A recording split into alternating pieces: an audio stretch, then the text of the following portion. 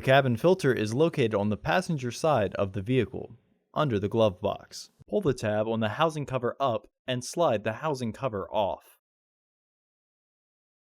Remove the old filter from the housing and clean out any debris inside.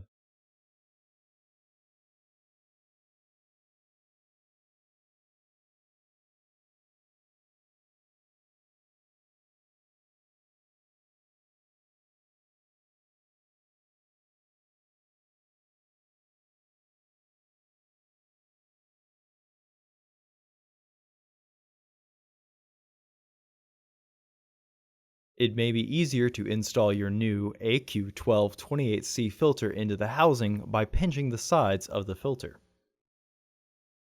Insert your new filter into the housing, with its airflow indicating arrow pointing towards the back of the car.